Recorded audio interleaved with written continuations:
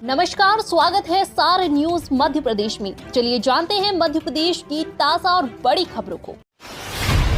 जनजातीय समुदाय को मुख्यधारा से जोड़ने में कामयाब शिवराज सरकार, जानिए अब तक क्या क्या काम दिए। मध्य प्रदेश की अर्थव्यवस्था को मजबूती देने से लेकर राजनीति की दिशा तक तय करने में जनजातीय समुदाय की भूमिका कई मायनों में महत्वपूर्ण रही है।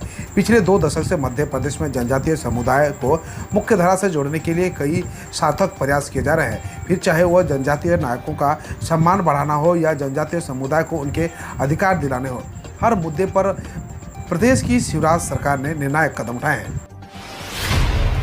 भोपाल में पंडित धीरेन्द्र शास्त्री 27-28 सितंबर को सुनाएंगे हनुमंत कथा। 55 एकड़ में बनेगा कथा स्थल। भोपाल में स्व कैलाश सारंग एवं उनकी धर्मपत्नी प्रसून सारंग की स्मृति में बागेश्वर धाम के पीठाधीश्वर पंडित धीरेन्द्र शास्त्री 27 और 28 सितंबर को दोपहर 2 बजे से हनुमंत कथा सुनाएंगे। आयोजन की तैयारी को लेकर मंगलवार को चिकित्सा शिक्षा मंत्री विश्वास कैलाश सारंग ने बताया कि हनुमंत कथा के आयोजन के लिए नरेला विधानसभा के अंतर्गत पीपुल्स मॉल के पीछे करौंद स्थित 55 एकड़ परिसर में कथा स्थल बनाया गया है। कथा में देश भर से लगभग 10 लाख लोगों के आने का अनुमान है। उन्होंने बताया कि 28 सितंबर को सुबह 10 बजे दिव्य दरबार भी लगाया जाएगा। भोपाल में कांग्रेस ने बेरोजगारी और अत्याचार के खिलाफ लगाए पोस्टर। कमलनाथ बोले यह जन आक्रोश। मध्य प्रदेश विधानसभा चुनाव में भाजपा और कांग्रेस यात्राओं से वोटरों को साधने में जुटे हैं। भाजपा की जन आशीर्वाद यात्रा का जवाब देने के लिए कांग्रेस की 7 संभाग में मंगलवार से जन आक्रोश यात्रा शुरू हो रही है। इससे पहले कांग्रेस ने भोपाल में बेरोजगार, अत्याचार और घोटाले के खिलाफ पोस्टर लगाए हैं। पीसीसी चीफ कमलनाथ ने यात्राओं की शुरुआत को लेकर कहा कि यह जन आक्रोश है। कमलनाथ के गढ़ में बीजेपी का मास्टर स्ट्रोक। गोंडवाना की राष्ट्रीय अध्यक्ष मोनिका भाजपा में शामिल। अखिल भारतीय गोंडवाना के राष्ट्रीय अध्यक्ष और पूर्व विधायक मनमोहन शाह भट्टी की बेटी मोनिका भट्टी ने भोपाल पहुंचकर मुख्यमंत्री शिवराज सिंह चौहान के समक्ष भाजपा की सदस्यता ले ली। भाजपा जिला अध्यक्ष विवेक भट्टी साहू, टीकाराम चंद्रवंशी और नितिन तिवारी को मौजूदगी में मोनिका भट्टी ने भोपाल पहुंचकर सीएम हाउस में विधिवत मुख्यमंत्री शिवराज सिंह चौहान के समक्ष भाजपा में शामिल हो गई। भाजपा के इस नए दांव को कांग्रेस में झटका लगा है।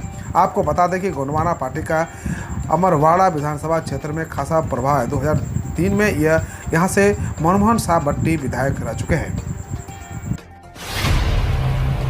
उद्योगपतियों के लिए सड़क नहीं बनाया पा रही सरकार। सांसद से नाराजगी जाहिर करने पहुंचे इंडस्ट्रियल एसोसिएशन।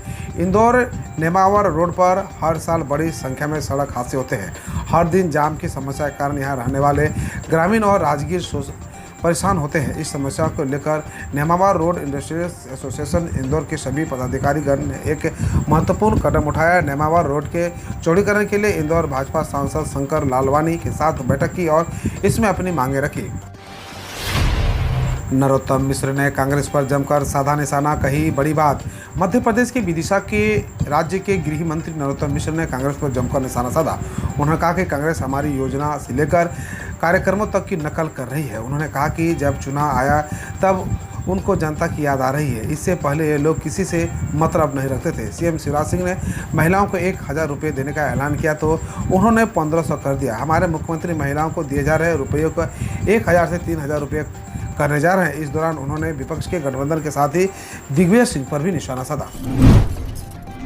मध्य प्रदेश में कांग्रेस की जन आक्रोश यात्रा कल से हुआ शुरू। पार्टी जनता से करेगी 11 वादे। देश के 5 राज्यों के इस साल अंत में विधानसभा चुनाव होने हैं। इन राज्यों में मध्य प्रदेश भी शामिल है, जहां इस साल विधानसभा चुनाव होने हैं।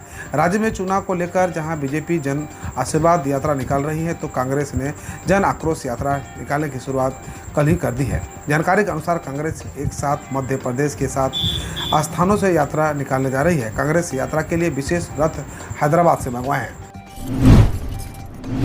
भोपाल में गणेश चतुर्थी की धूम। सीएम आवास में भी विराजे भगवान गणेश। परिवार संग गणपति को लाने पहुंचे थे सीएम शिवराज। देश भर में कल गणेश चतुर्थी पर्व धूमधाम से मनाया गया। हर साल की तरह इस साल भी राजधानी भोपाल स्थित सीएम हाउस में भगवान श्री गणेश जी की प्रतिमा विराजमान हुई। सीएम शिवराज सिंह चौहान सपरिवार श्री गणेश जी के प्रतिमा लाने माता मंदिर के पास प्लेटिमा प्लाजा पहुंचे और ढोल नगाड़ों के बीच भगवान श्री गणेश की प्रतिमा को लेकर सीएम हाउस के लिए रवाना हो गए। इस दौरान मीडिया को संबोधित करते हुए मुख्यमंत्री शिवराज सिंह चौहान ने राज्य के लोगों को खुशहाली की कामना की। 22% आदिवासी वोटरों पर बीजेपी की नज़र। 5 अक्टूबर को पीएम मोदी फिर आएंगे मध्य प्रदेश। सूबे के 22% आदिवासी वोटरों की शादी के लिए प्रधानमंत्री नरेंद्र मोदी अगले महीने एक बार फिर मध्य प्रदेश का दौरा कर सकते हैं। 5 अक्टूबर को गौंड राजवंश की वीरांगना रानी दुर्गावती की 5वीं जयंती के राजकीय समारोह में पीएम मोदी का जबलपुर दौरा प्रस्तावित है। इस दौरान 100 करोड़ रुपए से मदन महल की पहाड़ी पर रानी दुर्गावती भव्य स्मारक की भूमि पूजन होगा। मध्य प्रदेश में जन आक्रोश यात्रा क्यों निकाली कांग्रेस? 7 जगहों से दिखाई जाएगी हरी झंडी। मंगलवार 19 सितंबर को मध्य प्रदेश से अपनी जन आक्रोश यात्रा शुरू की। पार्टी के पदाधिकारियों ने बताया कि यह यात्रा सभी 230 विधानसभा क्षेत्रों को कवर करेगी, जिसे 7 जगहों से हरी झंडी दिखाई गई है। इससे पहले एक प्रेस कॉन्फ्रेंस में एमपी कांग्रेस प्रमुख कमलनाथ और राज्य के एआईसीसी प्रभारी रणदीप सिंह सुरजेवाला ने बीजेपी के नेतृत्व वाली मध्य प्रदेश सरकार पर बड़े पैमाने पर भ्रष्टाचार का आरोप लगाया था। उन्होंने कहा कि वे बेरोजगारी और महिलाओं और दलितों के खिलाफ अपराध से निपटने में विफल रहे हैं। महिला आरक्षण बिल पेश होने के बाद बोले पीएम मोदी, मैं देश की सभी महिलाओं को आश्वस्त करता हूं कि राज्यसभा सदस्यों ने नारी शक्ति बंधन अधिनियम विधेयक को सदन में आने पर सर्वसम्मति से पारित करने के आग्रह करते हुए प्रधानमंत्री नरेंद्र मोदी ने मंगलवार को कहा कि यह जरूरी है कि नीति निर्माण में महिलाओं की भूमिका होनी चाहिए।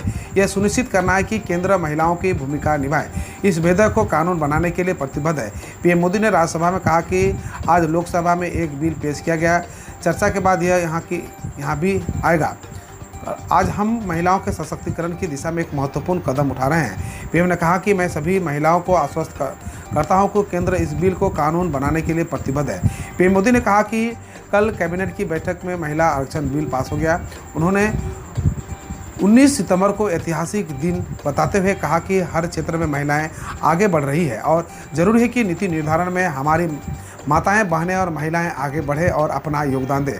न केवल उनका योगदान बल्कि हम चाहते हैं कि वे हर क्षेत्र में महत्वपूर्ण भूमिका निभाएं। मैं सभी महिलाओं को आश्वस्त करता हूं कि हम इस विधेयक को कानून बनाने के लिए प्रतिबद्ध हैं।